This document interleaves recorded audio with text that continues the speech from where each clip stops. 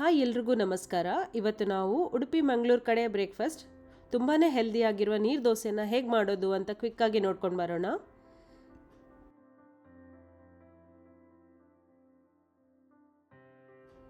ನಾನಿಲ್ಲಿ ಮೊದಲಿಗೆ 1 ಕಪ್ ಸೋನಾ ಮಸೂರಿ ರೈಸ್ನ ತಗೊಳ್ತಾ ಇದ್ದೇನೆ. ನೀವು ಯಾವುದೇ ನಾರ್ಮಲ್ ದೋಸೆ ರೈಸ್ನ ಯೂಸ್ ಮಾಡ್ಕೊಳ್ಬೋದು.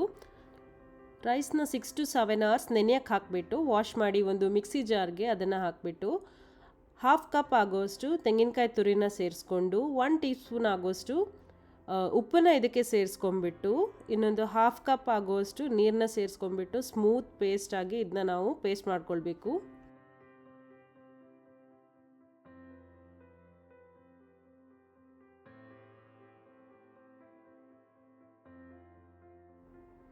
ಹಾಗೆ ಬ್ಯಾಟರ್ನ ಒಂದು ಬೌಲ್ಗೆ ಟ್ರಾನ್ಸ್ಫರ್ ಮಾಡ್ಕೊಳ್ಬೇಕು. ಮತ್ತು ಇದಕ್ಕೆ ನಾನಿಲ್ಲಿ 1 ಕಪ್ ನೀರನ್ನ ಸೇರಿಸ್ಕೊಳ್ತಾ ಇದ್ದೇನೆ.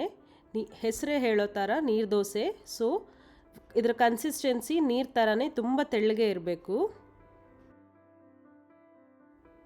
ಗ್ಯಾಸ್ನ ಮೀಡಿಯಮ್ ಟು ಹೈ ಫ್ಲೇಮಲ್ಲಿ ಇಟ್ಟು ಕಾವಲಿನ ಚೆನ್ನಾಗಿ ಗ್ರೀಸ್ ಮಾಡಿಕೊಂಡು ನೀರು ದೋಸೆ ಬ್ಯಾಟರ್ನ ತಗೊಂಡು ಚೆನ್ನಾಗಿ ಸ್ಪ್ರೆಡ್ ಮಾಡಿ ಮುಚ್ಚಳನ ಮುಚ್ಚಿ 1 ನಿಮಿಷಗಳ ಕಾಲ ಇದನ್ನು ಬೇಯಿಸ್ಕೊಂಡ್ಬಿಟ್ರೆ ನೀರು ದೋಸೆ ರೆಡಿ ಆಗುತ್ತೆ.